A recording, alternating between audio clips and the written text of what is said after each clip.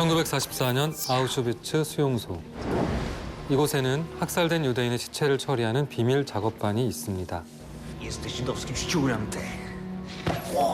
그들 역시 강제징용된 유대인 포로였죠. 오직 생존을 위해 끔찍한 하루를 반복하는 사울. 어느 날 그는 시체 더미 속에서 우연히 한 어린 소년의 주검을 발견합니다. 바로 오래전 헤어진 그의 아들이었죠. Doktor, kérem, adja így.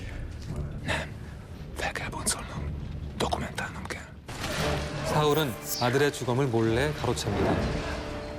그리고 유대식 장례를 치러주기 위해 랍비를 찾아 헤매기 시작하는데요.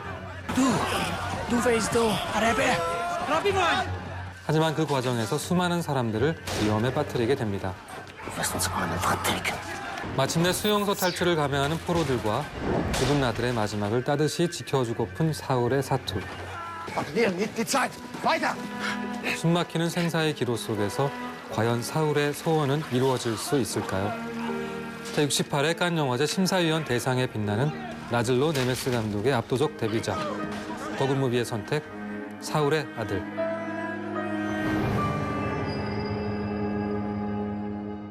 안녕하세요. 시네21 편집장 주성철입니다.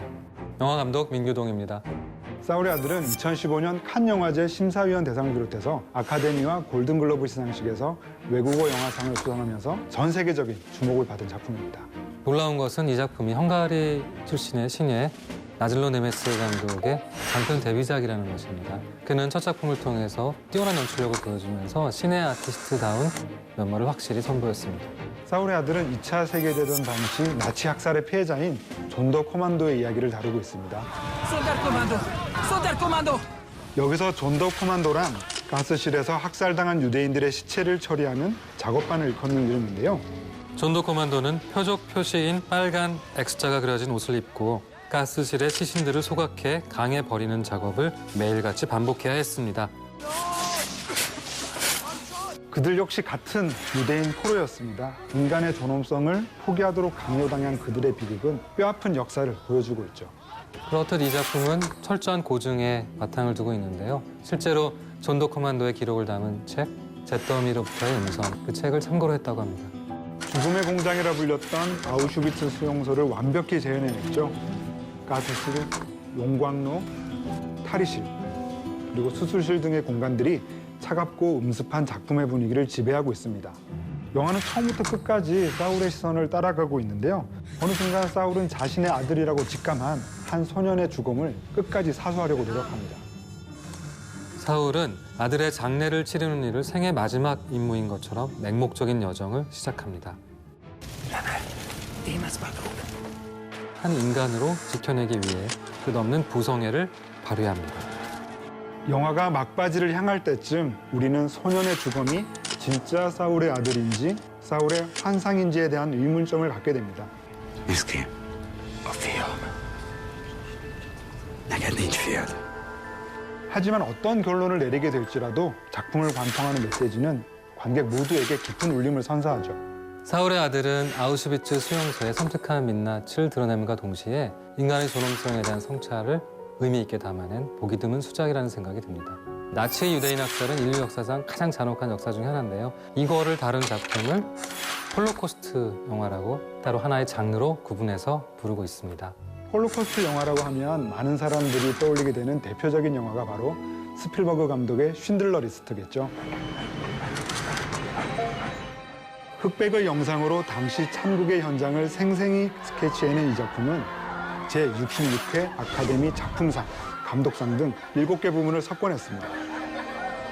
그렇다면 그동안의 홀로코스트 영화 중에서 감독님께서 가장 인상적으로 보신 작품은 어떤 작품인가요? 저는 노만 폴란스키의 피아니스트가 가장 기억에 남았습니다. 피해자들의 비극이나 감성적인 영웅담을 그려낸 것이 아니라 그저 살아남는다는 게 무엇인가에 대한 메시지를 진하게 안겨준 영화였다는 생각이 듭니다. 특히나 폐허 속에서 홀로 피아노를 치던 주인공의 모습이 오랫도록 기억에 남았습니다. 저는 로베르토 베니니 감독의 인생은 아름다워를 가장 좋아합니다. 홀로코스트 영화라고는 상상할 수 없을 정도로 역설적인 제목을 가진 작품이죠. 비극 속에서도 희극적 웃음을 담아낸 감독의 시선이 인상 깊은 영화였습니다. Porca miseria, ci ho visto. Babbo eliminati. No, no, ora comincia il gioco dello zitto. 마지막까지 아들을 위해 웃음을 잃지 않았던 아버지의 모습이 엄청난 여운을 남겨줬죠. 사울의 아들은 홀로코스트의 주인공을 미화하지도 않고 또한 전쟁 영화 같은 스펙터클을 강요하지도 않습니다. 기존의 홀로코스트 영화와는 확연하게 다른 서사 구조를 가지고 있죠. 저도 그 맥락에서 감동을 받았는데요. 영화가 스펙타클을 꼭 표현하지 않더라도 훌륭한 이야기를 만들어낼 수 있다는 깨달음을 얻었습니다. 또한 영화가 역사의 한순간을 어떻게 다뤄야 하는지에 대한 화두를 예술적으로 아주 잘 전달해준 작품이라는 생각이 듭니다. 감독의 독특한 연출력뿐만 아니라 이 영화의 기술적 측면이 더 인상적이었던 것 같습니다. 이 작품은 수용소의 제한적인 공간의 느낌을 강조하기 위해서 4:3의 화면 비율을 선택했습니다. 또한 디지털 대신 35mm 필름을 활용해서 아날로그적인 감성을 자극했죠. 그리고 관객의 시야를 극히 제한하고 인물의 눈높이를 유지하며 따라가는 섀도우 촬영 기법을 도입했습니다. 그래서 오직 주인공 사울의 시점을 통해 이야기를 전달하죠. 카메라는 항상 사울을 따라다니며 그의 시야에서 벗어나는 장면은 일제히 영상에서 배제해버립니다. 이 영화는 제한된 프레임과 흐린 초점, 그리고 1인칭 시점, 이 모든 요소들이 관객이 주인공의 여정을 그대로 따라가게 만드는 극한의 체험을 선사합니다. 이 영화의 완벽한 현장감에는 사운드의 힘도 굉장히 크게 작용합니다. 사울이 직접 들어가지 않는 가스실 안에서의 학살 모습은 카메라에 비춰지지 않습니다. 대신 죽어가는 유대인들의 비명과 문을 두드리는 소리를 강렬하게 전달합니다.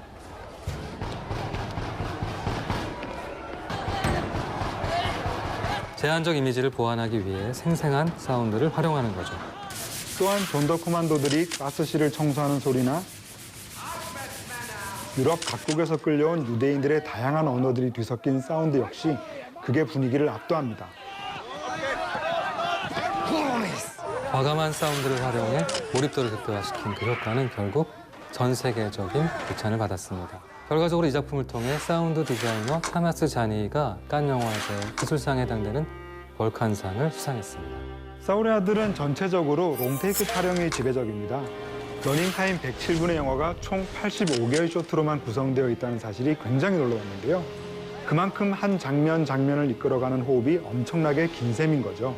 근데 그건 사실 굉장한 사전 준비와 집중을 요구하는 촬영 방식입니다. 특히나 스테디캠을 활용한 집단 촬영의 줄을 이뤘기 때문에 그 인물들의 동선, 포커스, 조명이나 동시녹음까지 굉장히 세심한 합을 이뤄야만 가능했던 촬영이었습니다. 그래서 3, 4분짜리 한 장면을 촬영하기 위해서 거의 하루 종일 리허설을 했다고 하죠. 나즐로 네메스 감독의 그 고집스러운 꼼꼼한 촬영 방식과 사운드 연출 때문에 사울의 아들이 엄청난 현장감을 발휘할 수 있었던 게 아닌가 생각이 듭니다.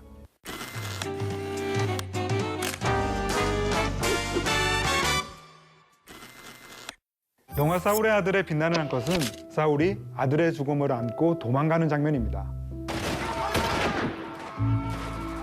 수용소에서 폭동이 일어난 틈을 타서 사울은 아들의 죽음을 들쳐업고 탈출을 감행합니다.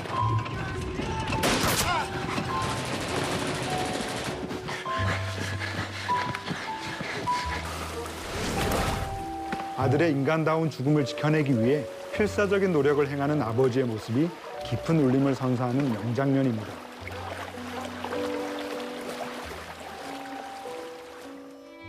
영화 사울의 아들에서 가장 탐나는 한 씬은 사울이 여자 수용소를 찾아가는 장면입니다. 수용소의 포로들이 게릴라 폭동을 계획합니다. Der Name des Mädchens? Fried. Ella. 사울은 숨겨둔 화약을 찾아오기 위해 미리 포섭해둔 유대인 여성을 만나게 됩니다. Nicht anfassen. 제약된 공간 속에서 존재하던 주인공이 바깥 세계와 조우하는 장면인 셈이죠. 극중의 스토리가 좀 더 입체적으로 도약하게 되는 인상 깊은 대목입니다.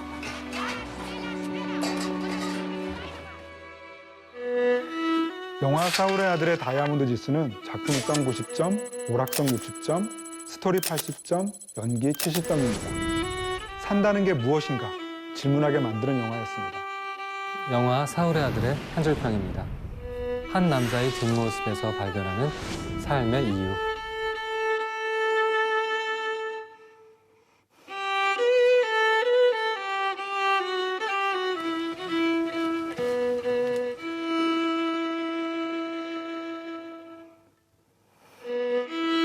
지금까지 저희의 선으로 다채롭게 소개해드린 이야기들을 떠올리시면서 채널 CGV에서 방송되는 영화 사울의 아들 함께 하시죠.